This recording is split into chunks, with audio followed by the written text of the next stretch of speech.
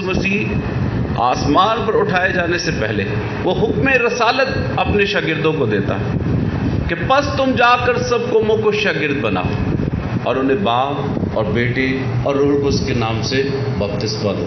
کہ بیٹے کا جو مشن خدمت یہاں تک ممکن ہوتا ہے اس کا مشن ختم ہوا. اب جو ہے وہ چرچ کا مشن شروع ہو جاتا ہے.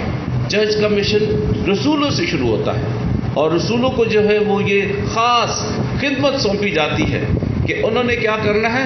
سب قوموں کو، یعنی کہ کیتھولک کا جو نام ہے وہ کہاں سے نکلا ہے؟ آج کی اس انجیل مقدس کی اس آیت سے کہ بس تم جا کر سب قوموں کو، سب قوموں کا مطلب ہے کیتھولک، کیتھولک کا مطلب ہے عالمگیر، یعنی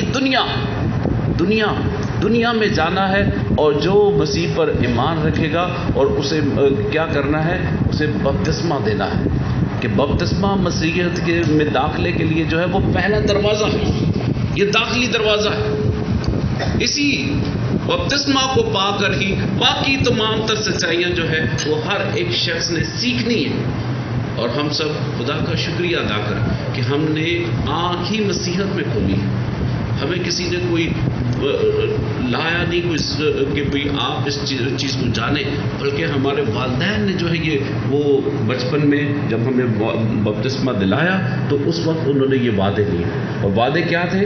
کہ کیا آپ خداوند یسوع مسیح کے مرنے اور جی اٹھنے پر ایمان رکھتے ہیں؟ تو والدین کا کیا جواب تھا؟ جی ہاں، ہم ایمان رکھتے ہیں خداوند یسوع مسیح کے مرنے اور جی اٹھنے پر. پھر کیا آپ پاک کیتھولک کلیسیا مقدسوں کی شراکت، گناہوں کی معافی، جسم کے جی اٹھنے اور ہمیشہ کی زندگی پر ایمان رکھتے ہیں؟ جی ہم ایمان رکھتے ہیں.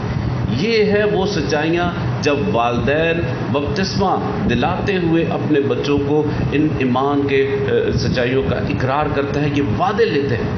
اور پھر ترک کرنے کی بات ہے، یعنی انکار کرنے کی بات ہے. کیا آپ شیطان کا، اس کے کھوکھلے وعدوں کا، اس کی جھوٹی شان و شوکت کا انکار کرتے ہیں؟ وہ کہتے ہیں جی ہاں ہم انکار کرتے ہیں.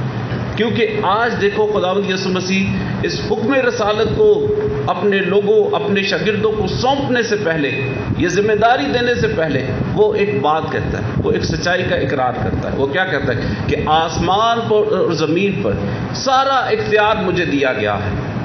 اور پھر جب اس نے کہا کہ یہ سارا اختیار مجھے دیا گیا ہے، پھر اب تم جاؤ، اب میں نے تمہارے لیے یہ رستہ ہموار کر دیا ہے، جاؤ اور قوموں کو جا کر بپتسمہ دو. جب خداوند یسوع مسیح کی آزمائش کی تھی شیطان نے تو کیا کیا تھا؟ اس نے کہا تو مجھے گر کر سجدہ کر. تو پھر یہ دنیا کی تمام تر شان و شوکت اور مملکتیں کیا ہے؟ میں تجھے دوں گا. شیطان نے دعویٰ کیا اور دعویٰ اس نے اپنے آپ کو بتایا کہ میں بہت کچھ ہوں، اگر تو مجھے کہے گا تو میں یہ ساری چیزیں تجھے دوں گا. بیٹے نے خداوند یسوع مسیح نے اس وقت اس آزمائش کا جواب اسے نہ دیا.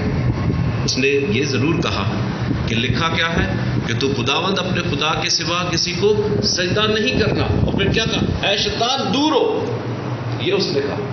پھر آج جو ہے خداوند یسوع مسیح اس کا جواب دیتا ہے، مکمل جواب اس کا آج دیتا ہے کہ آسمان پر اور زمین پر سارا اختیار مجھے دیا گیا ہے.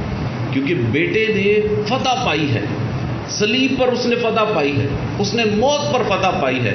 اور آج فتح یابی کے ساتھ، شادیانوں کے ساتھ، وہ ترہی بجوا کر، وہ نرسنگے فتح کے بجوا کر وہ اپنے باپ کے ساتھ جو ہے ملاپ کرتا ہے. اور پھر آج یہ سچائی جو ہے وہ اپنے شاگردوں کو بتاتا ہے کہ اسے کہتے ہیں ٹوٹل رجیم چینج. کہ آج جو ہے وہ حقیقت میں جو ہے وہ دنیا کی سلطنت کا یہ جو سردار تھا بنا ہوا، وہ اسے مات ہوتی ہے کہ بیٹا جو ہے کمال سرفرازی کے ساتھ، جلال کے ساتھ جو ہے وہ اپنے باپ کو لوٹ رہا ہے.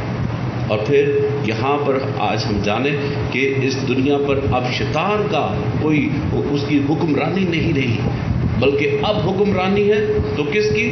بادشاہوں کے بادشاہ، یعنی کہ یسوع بادشاہ کی ہے.